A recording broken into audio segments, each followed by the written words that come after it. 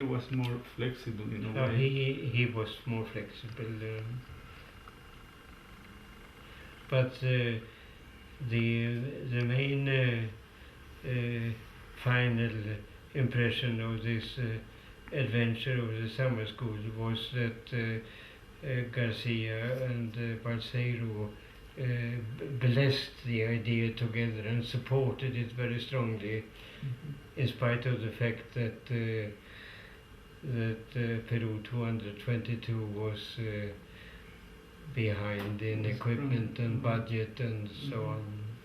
And you got the support of the admiral of the support of the head of the Atomic Energy Commission. You had an interview with him. Yeah, this impressed me very much, because rumors at the physics department said that these militaries, they shouldn't be around in a scientific institute, but he immediately understood the idea and supported it very strongly. So that was the first starting point, that the resources of the Atomic Energy Commission was put at disposal for this.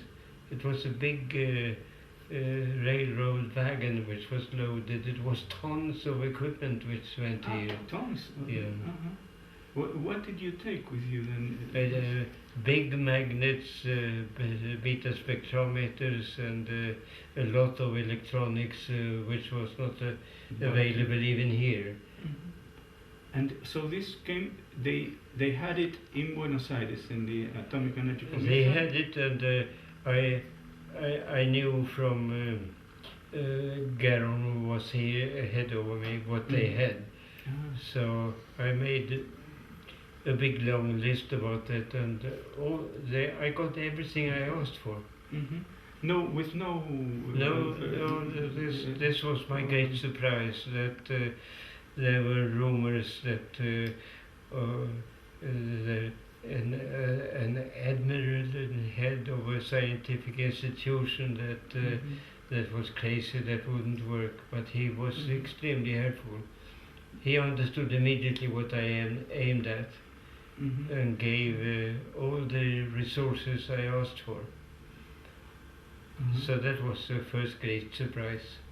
Yes, that was not usual. And do you think, well, Balseiro must have paved the way in some way, or exactly? I don't know how. Of course, he had to put the school here at disposal for another 15 students which were not registered. I think the first month there was probably vacation, but the last months interfered with the conventional teaching. You came and he gave that priority. You came in January and February? I think in the middle of January, and I left at about this time. Okay. Let me see.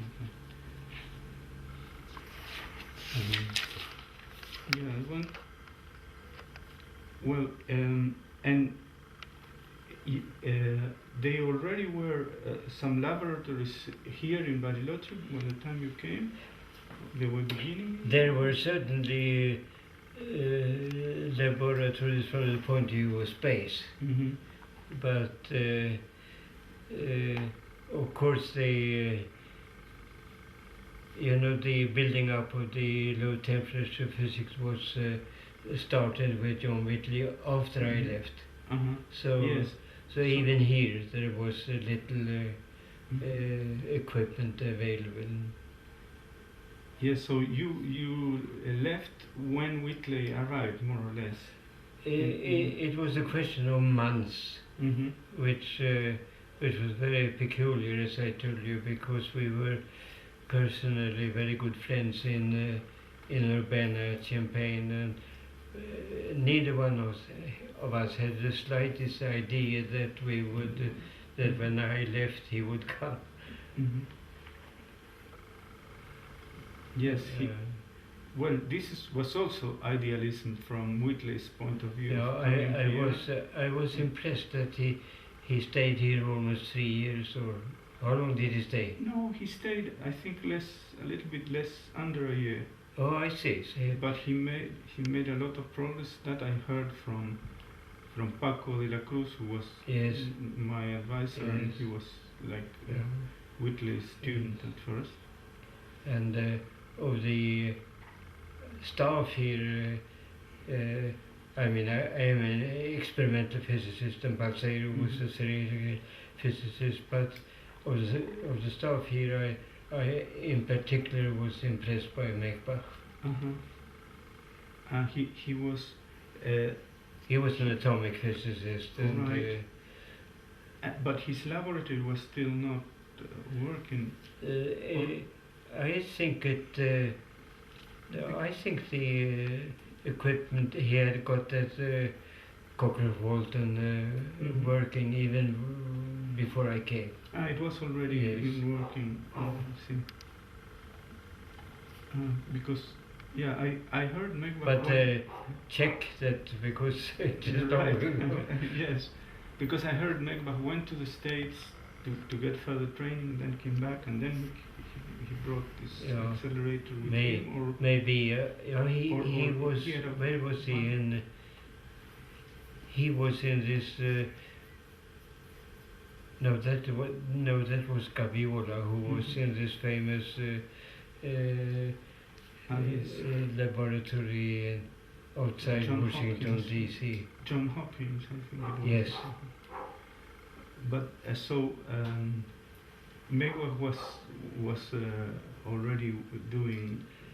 As far as I remember, because at the time atomic physics was not my field, but whatever I have said here, you have to check it, because it is 51 years ago. No, I'm interested also in your impression of the people that were here. How Megbach was. Röder was giving a course here, and already in Buenos Aires I realized that he was one of the few. I hate to say competent, but I had a very solid impression of him already in Buenos Aires.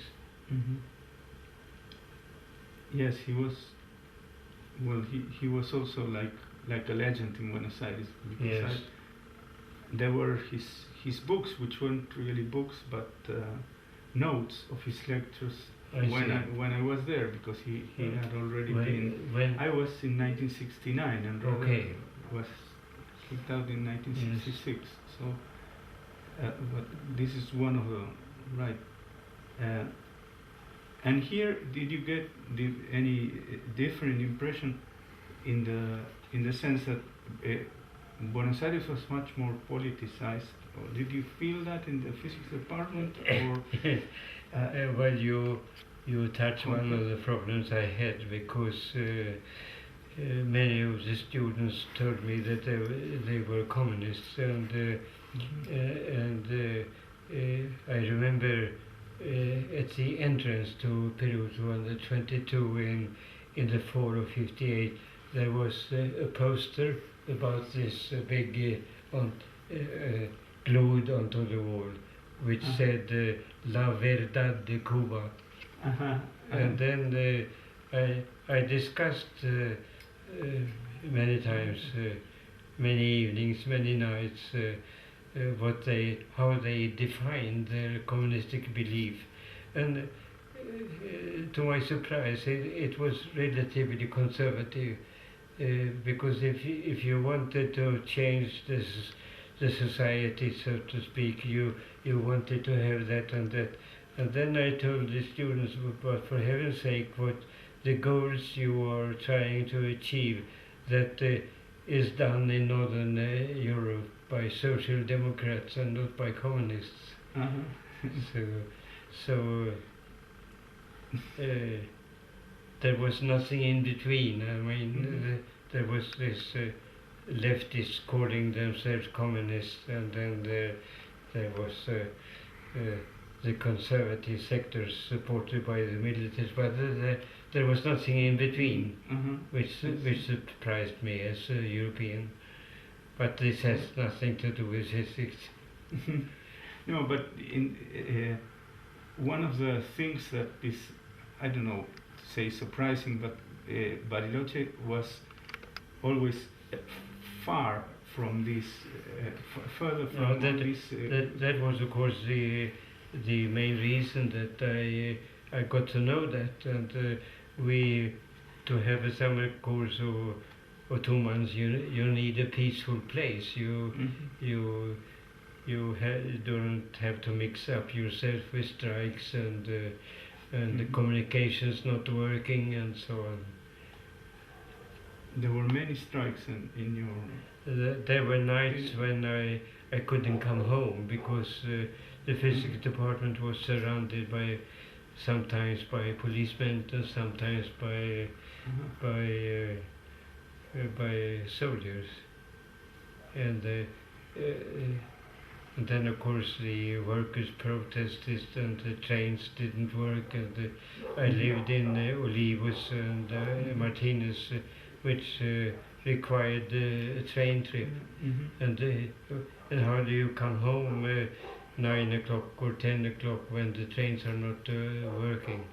So there were times when students guided me home via 5-6 microbuses. Ah, oh, yeah, I see.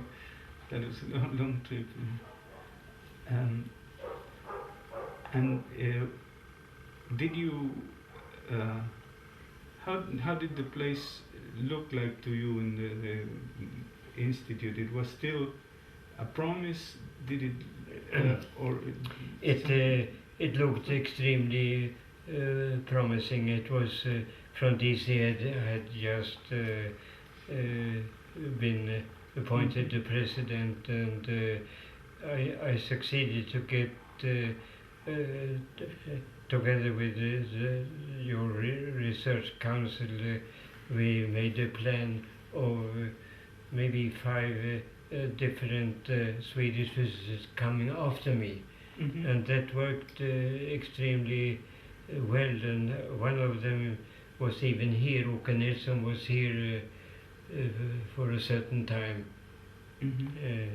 But then, of course, came this night when the militaries broke into the physics department and required a statement of an oath of... you referred for the 1966? Was it 66? I have forgotten, but I remember how disappointed I was, because it looked so promising, and in one night they destroyed everything, and practically the whole physics department disintegrated by the staff leaving for Brazil and for the United States and Chile and whatnot. So sometimes I thought that what we did was entirely in vain, but I realized that we were able to save a generation of students, even if they didn't stay in Argentina.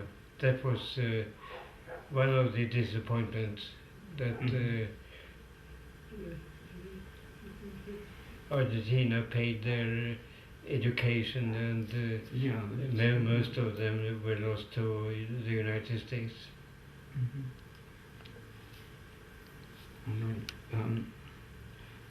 Did you meet the rest of the permanent staff of what there was Megbach, and there were other professors? Yes, I had in the neighbor house there was a physicist whose name I have forgotten, but he contacted me I think 2 years ago, having ended up in Cordova or Rosario, I don't know where. Maestegi. Yeah? Maestegi. Maestegi. What- Yes. what- His name was Maestegi. Maestegi. Yeah. Right. He yes. was Balseiro's assistant, close assistant. I see, okay. Mhm. Yes. So, since we were so close neighbors, we got to know each other very well. Mhm. And as I said, he contacted me about 2 years ago, starting an email, "Do you remember me?" etc. And he wanted to have some information from that time, but he was also interested a little bit of the history of Argentine physics. Mhm. And I don't remember so many other names. Mhm. But at that time, already these were they were the first generation of professors. What? They were like they were hired by Balseiro, and they came from other parts. There were no There mainly you had students at the time. There were no before me there were some internationally well-known health physicists who were here for some time, and also they were also in Buenos Aires.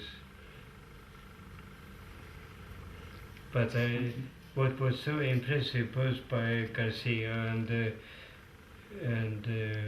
Balseiro was that they realized that if they got foreigners here, they would get rid of